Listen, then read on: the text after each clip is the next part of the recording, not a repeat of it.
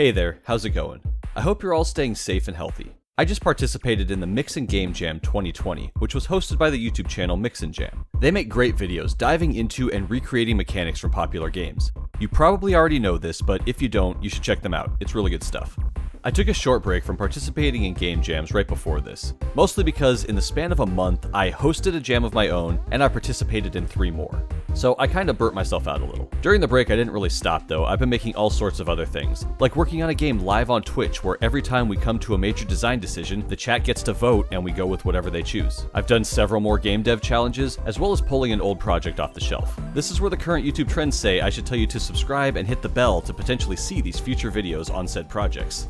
Okay, so the Mixin' Game Jam ran from November 13th to the 15th. Participants had 48 hours to make a game with the theme of mixing genres. I personally think this is a really cool theme, and I was super excited to jump back into doing a game jam. Unfortunately, the jam date came at a pretty bad time. A few days earlier, my father and a person my wife interacts with at work tested positive for COVID. My wife, affectionately known on Twitch as Lady Lark, was tested, and if she tested positive, then both my daughter and myself would do the same. So at the start of the jam, I'm a bit stressed out about my father's health, alongside with being in limbo about my own households. And unfortunately, the hardest part is that there's absolutely nothing I can do but sit and wait. So hopefully the jam can at least help keep my brain from eating itself. The theme announcement and beginning of the jam for my time zone was Friday at 10 a.m. But for months now, every Friday I do a stream on Twitch where I play viewers' games and give feedback, which I really don't like to skip. So I wasn't able to even begin thinking about the jam until much later that evening.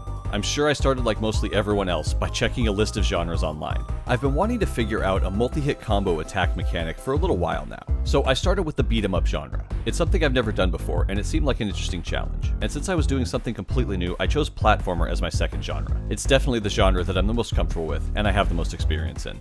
My first thought was to make a vertical scrolling climb the tower type game. Each floor would be a different room where you need to fight all the enemies to progress. That's definitely not much of a plan, but it's enough to start playing with the basic beat 'em up mechanics. At the beginning of a jam, I'm always fine to test out a quick idea to parse out if I'm able to actually make it within the time limits or not. So it's time to get in and start working. With any platformer, I start with the player and the movement. And since movement is the biggest part of a platformer, I spent a good amount of time getting it to feel right to me. A variable jump height, coyote time, squash and stretch, particles. I basically remade the code that I built for another platform game that I've made, and updated parts of it to make it work here. I've already done most of the hard work, so remaking it was pretty straightforward. Then I dug into making a combo system work.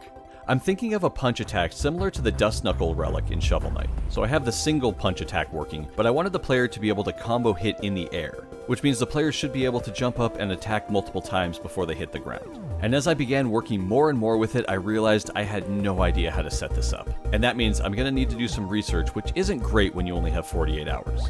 On top of that, when it rains, it pours. My wife unfortunately received a phone call that her great auntie only had a little bit of time left. Thankfully, this is not COVID related. She's 93, but it was still unexpected. But as we are self-isolating because we are in the midst of waiting for our own test, there was really nothing we could do but wait still. So back to the game to try and keep busy. At this point, my mind is racing, and I really just need to start doing something. But I can definitely tell that with where my head is at, I need to shrink the scope of this game by a lot. Learning something completely new just wasn't going to go well. I just didn't have the attention span to focus on it, and I'm pretty sure that it would just cause me way more problems in the end. I have the platforming mechanics in already, so I can keep that as my main genre. I've just got to figure out what to pair it with now. While playing around jumping from platform to platform, I thought it might be cool to have enemies coming in from the sides in waves. So I basically just replaced the beat with shoot and kept moving forward. It was fairly simple. I just deleted the punch and replaced it with a bullet attack. To add a little something extra, I've always been a fan of screen wrapping, so if you fall off the bottom of the screen, you reappear at the top. However, I am a bit concerned that if you just fall infinitely and just hold the shoot button down, you pretty much cover the entire screen in bullets. I could slow down the fire rate, but I like the faster fire rate because it feels a lot more like a shoot 'em up to me. So at the moment, I'm not sure if the screen wrapping will stay. We'll have to see how it plays out in the future. I've only attempted to make one shmup style game in the past, and I did it as part of a 3-hour challenge. And unfortunately that one, I borked up the enemy spawning pretty good, so it's not quite really a good basis to move forward with. So I definitely can't use that, which means I don't have much to go on for setting up a wave system. My first thought was to just have continually moving spawners that I could trigger to create enemies wherever they were. Pretty quickly, I ran into the first issue of pairing a platformer with a side-scrolling shoot 'em up. In a side-scrolling shoot-'em-up, the player can move to any elevation they need to so they can always fire directly at whatever enemy is coming towards them. With a platformer, if you can't hit the enemy while standing directly on top of the platform, you have to jump, in which case it's a bit harder to hit the enemy continuously. My first thought was to make a big yellow box in the background that the player is protecting, and when all enemies spawn, they move themselves towards that box, funneling them so the player can shoot them more easily. My initial thought is that this could be a ship or something like that again, you're protecting. I pretty quickly realized that I'm not the biggest fan of this. It just clumps up the enemies and doesn't look very good, and it doesn't play very well either. But at this point, it's pretty late, so it's time for me to go to bed, and I'll pick this back up tomorrow. So getting back to the game on Saturday, I decided I needed a new enemy type. I just have the one that flies across the screen, and I would really like one that fires at the player. This new enemy type will spawn off screen, and then fly to a set point that was determined when they were spawned. The enemies will always track and fire at the player at set intervals. Now with the basic mechanics and 2 enemy types, it's time to start on art because I can never really get a great sense for how the game is going to feel until I get the core art in. As always, I grabbed a color palette off lowspec.com. This time I'm using the Endiska 32 palette by Nikra. When designing a player character, I try to keep a couple of things in mind. The most important to me being the silhouette and the animations. I want the player to be easy to read and to tell what they're doing. And because I work alone and I make all the art, I need to use a limited number of animation frames to save time. You may notice that in a lot of my games, the characters don't have arms. It's mostly because that animating arms just adds more time and work to animating the character. For this jam, to save time, I've decided to not only not put arms on it as usual, but also to forego legs. I made this little tank-like robot with treads instead of feet. This should save a lot on animation time, I just need to make it cute. This also makes it reasonable of how the player can move back and forth while still shooting forward all the time. The time-saving measures actually went so far that I added a little flag to the player, but realized that as it moved around, I would need it to flip back and forth, and that just added another thing that I had to make and implement. So to just save myself that little bit of extra time, I removed it and eventually replaced it with a small antenna that didn't have to change animations when it was moving backwards or forwards. I know it may seem negligible, but with a limited amount of time, not to mention all the other stuff going on, every little bit of saving helps. Before making the animations, I threw the base character into the game just to see how it looked. I also made a cute little muzzle stretch for when it fires just to tie it all together. With the character looking cute, I then made more game art elements and did some testing to see if they all looked right before I started animation. Again, needing to keep the scope as small as possible, I made the platforms that the player can jump on as well as a couple enemies and different bullets. One of the enemies, as you can see, was inspired by a bullet bill, and the other one, I honestly have no idea. Sometimes I just make things and I'm not sure why. I wanted an enemy that would shoot at the player, and I thought it would be kind of cool to signal that they were ones that shot by having flames kind of swirling around in their face all the time. Another trick to get more enemies for the price of what you've already done is to just recolor them. It worked in the Nintendo days and it still works today. I then made a third enemy that I really want to be the boss if I have time. Fingers crossed I'll be able to do something cool with it at least. With all the main art elements created, it's time to animate. I get asked in the comments quite a bit what art software I'm using, and I use 2. What you've seen me work in so far, I've been designing in Photoshop. Now we're going to take everything over into a program called Asesprite, and that's where I like to animate. Point of clarity, if you want to do pixel art, Photoshop is actually really bad at it. I've just been working in Photoshop for 20 plus years now, so it's the program I feel most comfortable with, but it is terrible for animating, so I jump over to Asesprite for that. The animation this time was fairly simple by design, mostly just adding flame flickerings and a little bit more. And now one of the more time-consuming parts of the process, implementing all of the animations into the game and getting them set up. This process isn't very difficult, it's just time-consuming. Keeping with the efforts to make everything simple and quick, I made a starry parallaxing background. It's really easy to make and looks pretty good. The moving enemy spawners that I had put in before just weren't working the way I wanted. They just caused too many issues with enemies spawning in positions where it was too difficult to shoot. So I decided to change tactics here and create lanes that the enemies could spawn in. When an enemy spawns, they can be at one of 5 heights. This way, they'll always be at the height that the player can hit them while standing on one of the platforms. I put each platform at a different elevation, that way the player has to gauge which one they need to jump on in order to easily shoot the enemies. By this point, I don't feel like I've gotten very far, and it's pretty late on Saturday night already. To make matters worse, the jam ends tomorrow, Sunday, at 10 a.m. So, time to go into overdrive mode. I slapped together a wave spawning system that's pretty jank. I basically hard-coded in the patterns.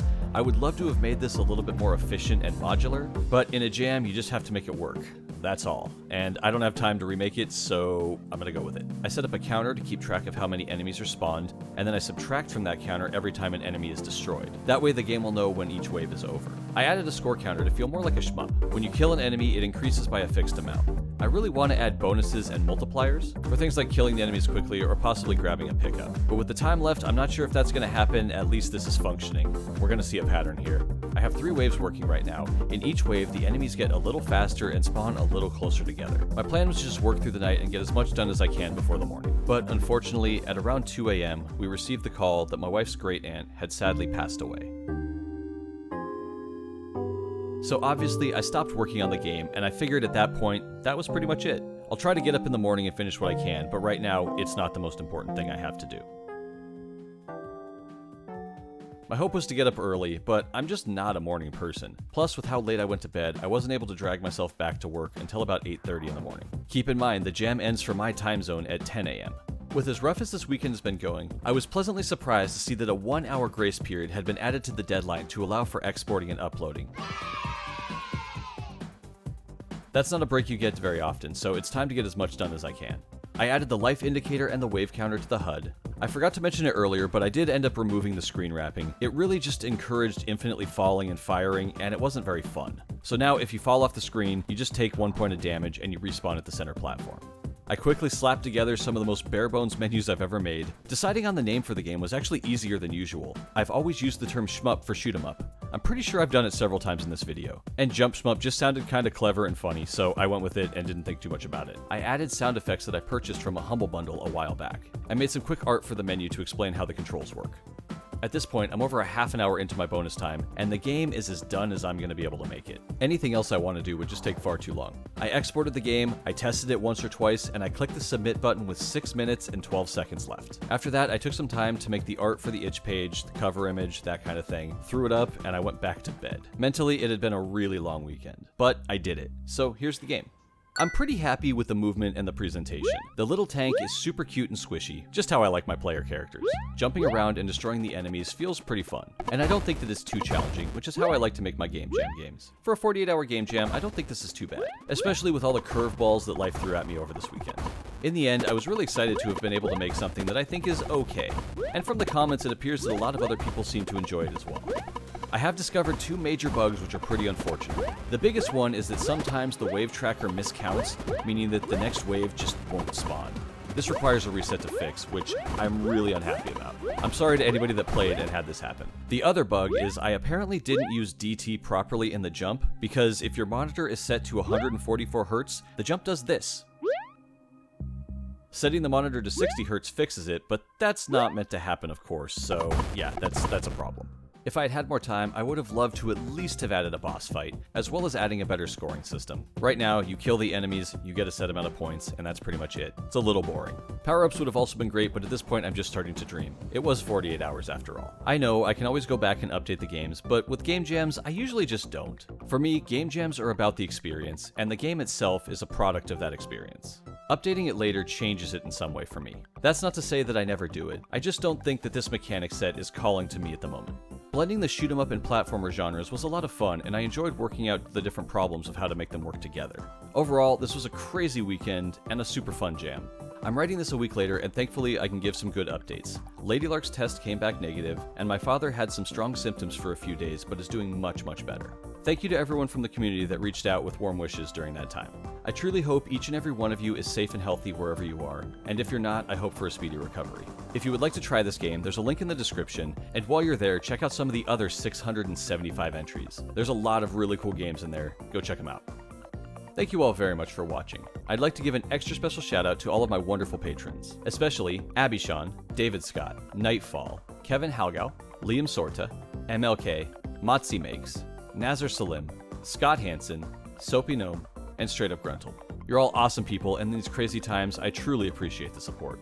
Again, if you would like to play this game or any of the others from the jam, the links are in the description. To get in contact with me, you can stop by my Twitch streams, message me on Twitter, or join the Discord with a lot of other really cool people. If you've enjoyed this video, please consider liking and subscribing, and I will talk with you next time. Have a good one. Later.